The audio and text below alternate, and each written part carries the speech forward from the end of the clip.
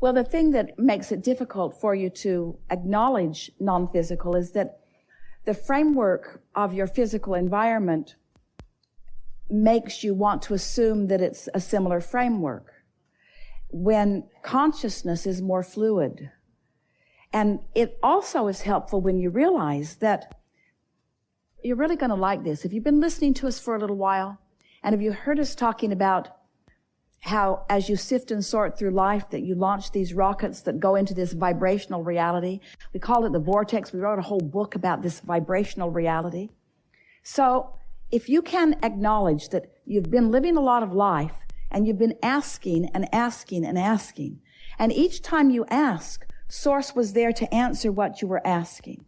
And let's call it Source. Let's call it collective consciousness. Let's call it infinite intelligence. It makes it feel easier for you to not say it's so busy. Infinite intelligence has time for you.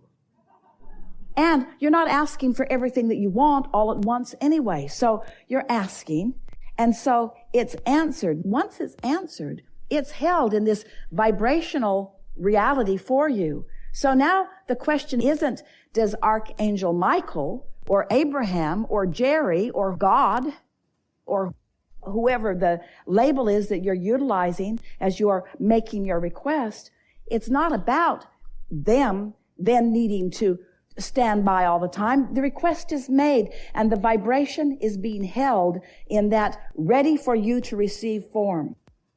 The question is, what are you doing about getting into the vibrational vicinity? Can you feel what we're saying? Can you feel the difference in saying, Archangel Michael, I want you to show me my path, and saying, I realize my path has already been created and you've already shined a spotlight on it, and now I will find a way of putting myself in a vibrational attitude or mood so that I can realize the path that's already there. We want to help you to feel that everything that you want is all queued up for you. The answers have already been made. It's the putting yourself in the place of receiving them. But you see, you don't realize that for the most part because you're more interested in the turning thoughts to things than you were in the creating of the thought to begin with. But the hard work's already done. You've lived the life that has done the creation. Now it's the allowing the creation to be realized by you. That's what your work now is. About everything. It's hard for you to hear that sometimes as we say, so there's this vortex of creation and everything that you want is there. Get in the vortex, we said. Get in the vortex. You got a little irritated at that. How do I get in? How do I get in? And now we are saying, rather than get in the vortex, which is just another way of saying it, prepare yourself vibrationally so that what's in the vortex can be realized by you. Realized by you. Not revealed to you, realized by you. It's already been revealed. You just haven't realized the revelation. And then you say, okay. I realize there's money in my vortex. I would like to get it out of my vortex and into my bank. And that's what we're talking about here. You've got to find the vibrational atmosphere that allows you to be the receiver of it. And it will come in the form of an impulse. Esther's been playing a very productive and fun game with herself. She's been doing her best to not be scheduled all the time.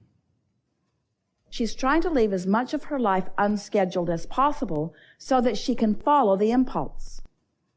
So when she gets an impulse to do something, an impulse to call someone, an impulse to text someone, an impulse to go move something from here to here, an impulse to unplug the charger and put it in the suitcase. How many times have you had that impulse, ignored it, and got home without your charger? Why not follow the impulse? And of course, those are simple ways of saying it, but following the impulse, because there is a really bright path that is lighting for you constantly. And whether you want to assign it to one archangel or another, we wouldn't. We would say, infinite intelligence has my back. Everyone that I've ever known is aware of me. So many things are queued up for me. There are 20 or 30 paths unfolding. It's one path, but 20 or 30 options for me to be on my path in any moment in time. Which one do I feel most inspired to? But it takes a little while for you to really get the hang of this, where you start following the path and then noticing, aren't you finding that all the time? Aren't you following an impulse and then later discovering that, oh, that's what that was about. That cued me up for that, and that cued me up for that, and that cued me up for that. Esther played the game for a while. Well, if that hadn't happened, then that couldn't have. And if that hadn't happened, then that couldn't have. Sort of playing it backwards. And we want you to realize that it's always lining up for you. Things are always working out for you. And you don't need to worry about all of us that are watching out with all of you, because there are plenty of consciousnesses who are aware of who you are and what you want. It's our favorite thing to tell you. We know where you stand right now in relationship to everything you want. And we know what the path of least resistance is to get you from where you are to where you want to be. And we want to also say that the path of least resistance does not mean the fastest path or the most direct route, although that's what you want it to mean usually. How can I get rid of the absence of what I want quickly? Or how can I get to the presence of what I want? And we say, don't you really want some of the path? Sometimes you feel like changing that condition would make you feel so much better. But we want you to realize that you can feel better right now, whether you change the condition or not. And if you can hear that, the condition does not have to change for you to feel better. And if you can hear that, and you can find a way to feel better, even though the condition hasn't changed, now you have mastered unconditional alignment, unconditional love. And when you master unconditional love, all kinds of conditions will reveal themselves to you. But there's a difference between needing the condition to be different so that you can feel good and feeling good and creating the condition. Can you hear it? It's just a little bit of time before you get this turned around, where you're just feeling a series of feelings, such as fun or interested. Do you really care if you're having fun? Isn't that a good way to spend this moment in time? If you're fascinated with something, isn't that a really good way to spend this moment in time? If you're exhilarated about something or passionate about something, do you really care where you're standing while you're feeling that way? Do you really need to be looking right in the face of someone to feel that way? Or is feeling that way as you imagine looking in the face of them? Isn't that worth something too, you see? It is so lovely to live unconditionally, to discover that the emotion that I feel can be achieved within me because I have the ability to focus myself there. And we would also like to say to you, you may or may not be ready to hear this, but we're going to lay it on you anyway. If it were not for all the conditions that you have trained yourself into believing were necessary, you would be happy all the time. Unconditional love is the most natural way that, look at the beasts of your planet. Look at them. They're happy. They're happy. Look at the little ones. The younger they are, the happier they are.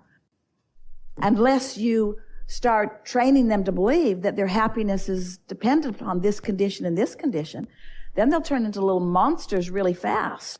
You all do, you see. Unconditional happiness. I want you to be happy because it is your nature. No, I need you to do something nice for me that makes me feel happy. Well, what does feeling happy feel like? Well, it feels different than the way I feel right now because you're not doing anything nice to make me feel happy. But do you ever remember being happy? Yeah, when you were doing nice things for me. Well, has there ever been anything fun? Like, what's fun? What's fun? Have you ever done anything that's fun? If you can get somebody to think about what has been fun. You have the ability to conjure an emotion within you without a condition, do you? This is really the exercise that we're wanting you to ask yourself. Can you? The other day, Esther was sitting. She was writing, doing some of her processes with us. She had brought herself to a place of really feeling wonderful.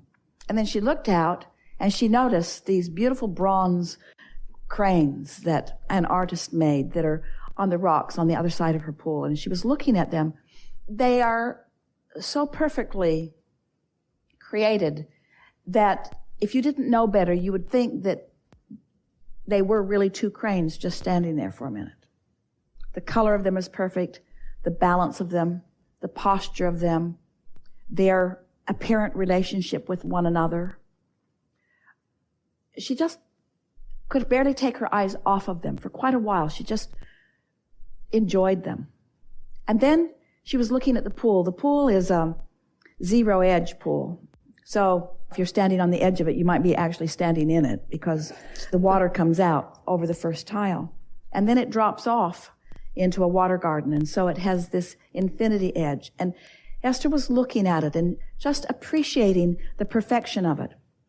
The laying of those tiles was so interesting. Everything had to be in perfect balance in order for this pool to function the way it does. And it is so beautiful. The way the light captures it, because there's no shadow, the way the water is straight across.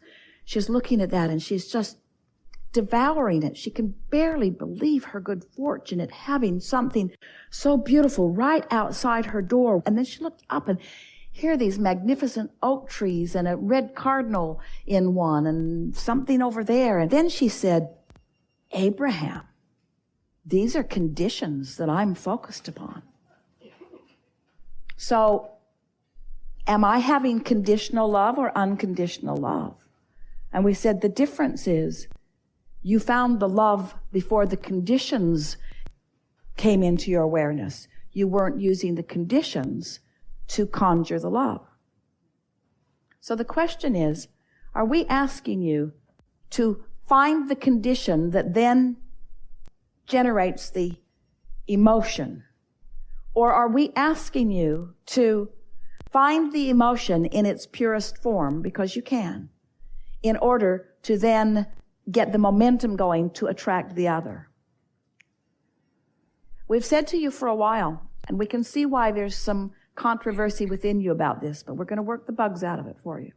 We've said to you, first there is the thought, and then you have the feeling response. But you were born into this physical experience as a thinking being. And the thoughts that you held as you were born into this experience, who you are, who you knew yourself to be, was unwavering, unwobbling. Your worthiness was not contested by you. Your value was not contested by you. Your anticipation of what this life would be like for you was not in controversy within you.